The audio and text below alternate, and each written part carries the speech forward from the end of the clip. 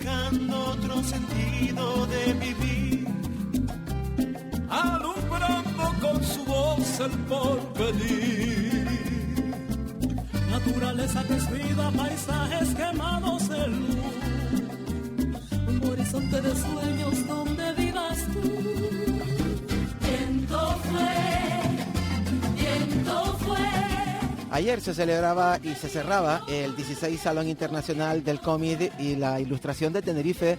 Uno de sus participantes fue el artista multidisciplinar, a quien admiramos y respetamos mucho, desde la Isla del Hierro, Rubén Armiche. Buenas tardes.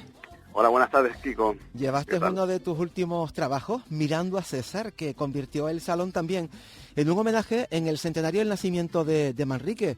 ¿Tenías claro, Rubén, que querías hacer este homenaje, un cariño a través del cómic a Manrique? Sí, era necesario porque incluso como profesor de arte, pues que tú me conoces y siempre he tenido trayectoria un poco paralela a lo que fue la figura de César Manrique, en el sentido de que era multidisciplinar y que le encantaba tanto la didáctica como el hecho de la ecología, todo lo que era el tema artístico. Pero sí me di cuenta de un fenómeno muy curioso, ¿no? Que es como esta gente que te la ves con bolsos de Frida Kahlo y nunca has visto un cuadro de ella, ¿no?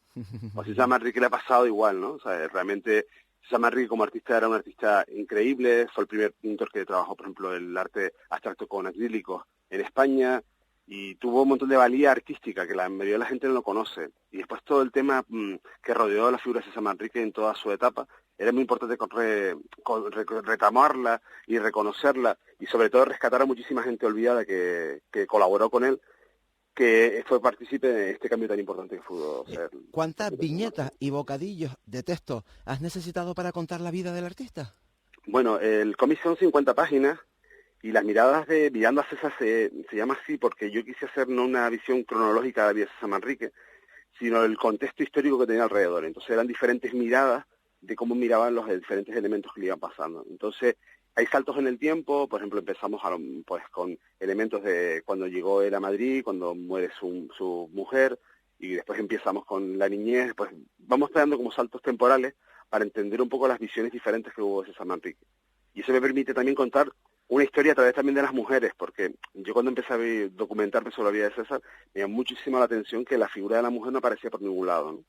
Uh-huh. Y entonces yo quise también un poco darle voz a esas miradas, pues igual te encuentras en una galería de Nueva York contando dos chicas, ¿no?, muy modernas de los años 60, por su visión sobre César Manrique, y te encuentras de repente una persona haciendo un potaje en Lanzarote, pues hablando de lo maravilloso que era César Manrique con la gente, ¿no? Y lo afable que era, ¿no? De hecho, en la portada del catálogo habla de cómo César entendió a Lanzarote como un lienzo en blanco. Qué bonito, ¿no? Qué gran metáfora.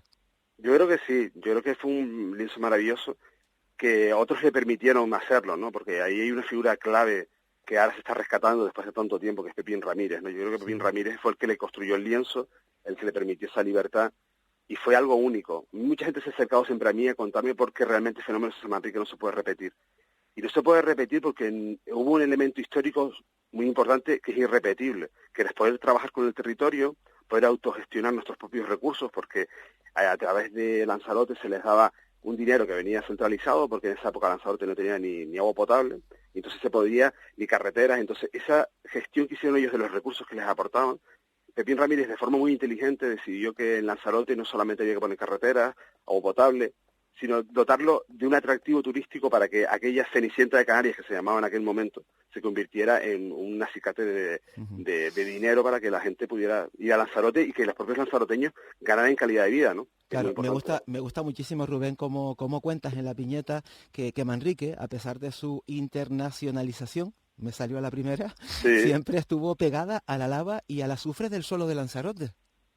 Yo creo que sí, yo creo que uno de los grandes, él se dio cuenta, pero yo creo que a muchos nos ha pasado, ¿no? Cuando vamos fuera nos hacemos más de la tierra, es súper curioso, ¿no? Porque realmente cuando estamos fuera yo creo que entendemos que Canarias tiene muchísimo mérito, porque es un territorio aislado de muchas cosas, muy fraccionado de alguna forma, y el que hayamos avanzado tanto lo valoramos muchísimo. Y yo creo que la figura de César le pasó exactamente igual. En los años 60 cogió una Nueva York muy convulsa, con muchísimos cambios, y que realmente él valoró esa libertad, pero después quiso de alguna forma volver a su tierra y transportarlo a todos esos cambios que había vivido, pues traérselos a su tierra, ¿no? Le costó mucho porque fue bastante, no lo entendieron, ¿no? Pues incluso desde su libertad sexual, pues en Nueva York, pues asumiendo su homosexualidad, hace muchísimos cambios que muchas veces no se han tenido en cuenta cuando se habla de las figuras de San Manrique y que son súper importantes porque son ejemplo para los canarios que se han ido fuera, que cómo se ve Canarias, y también para crear semillitas de futuros artistas canarios que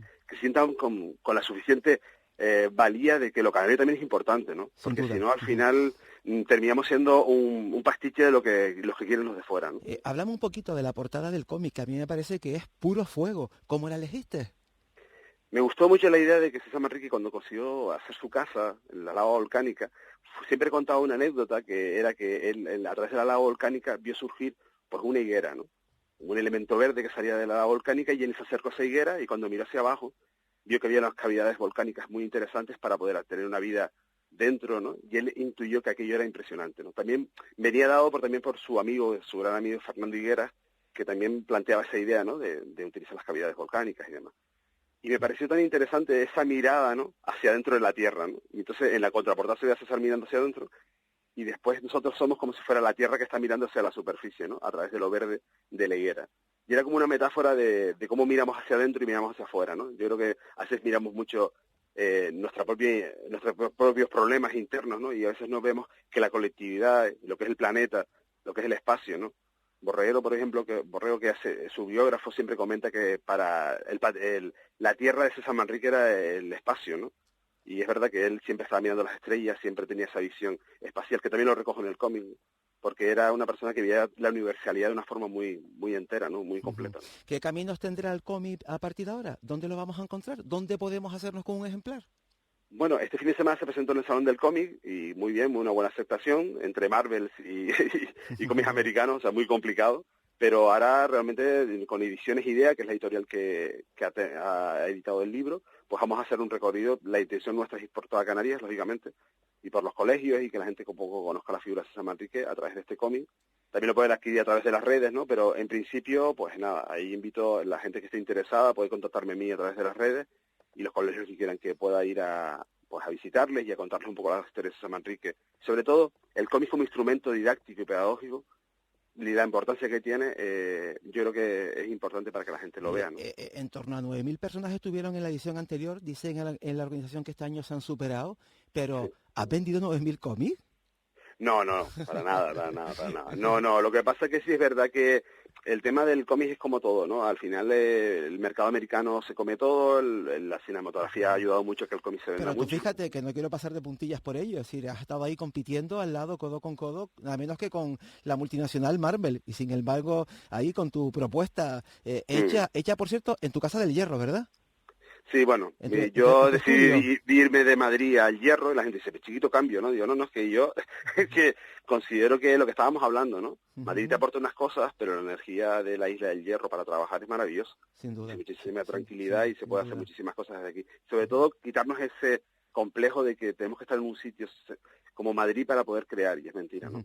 Pues tú estuviste ahí compitiendo codo con codo, eso sí, el cariño que despierta César nunca lo tendrá ningún personaje de Marvel, por mucho que sean más famosos.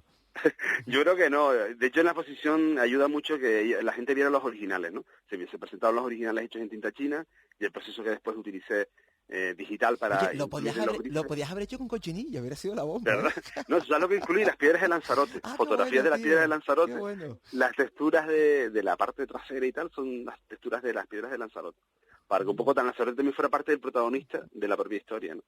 Pero es verdad que te ves como una piedrita en un camino lleno de piedras enormes, ¿no? Entonces muchas veces dices, Dios mío, es que no me canso de luchar, ¿no? Con batallas difíciles, ¿no? Bueno, de hecho, tú conoces mi trayectoria, que los cómics que he hecho, pues mira, uno sobre la bajada de la Virgen de los Reyes. Espectacular, con su juego didáctico y todo. Exactamente, con un juego didáctico, y después también el del Garoé, también hice otro para Castilla-La Mancha, o sea, siempre he utilizado el tema de histórico, recuperar también el cómic de una forma didáctica. Y estos días... Y César le pasaba eso. Y estos días como un cómic en 3D, esa escultura homenaje a la bajada que la han restaurado y que está espectacular. Sí, muy bien.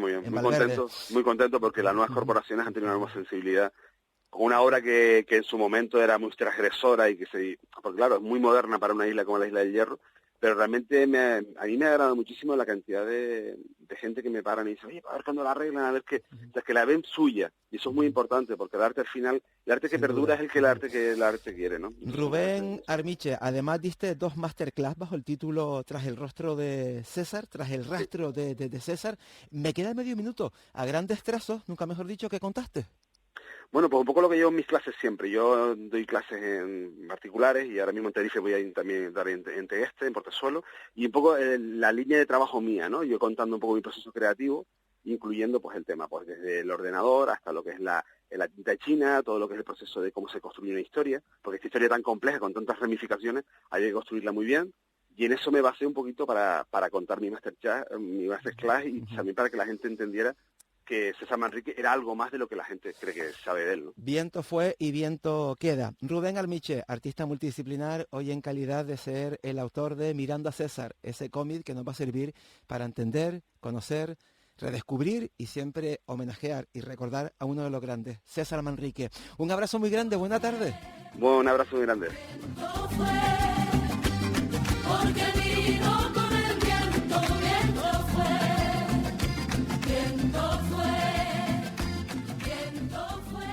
Kiko Barroso, Roscas y Cotufas.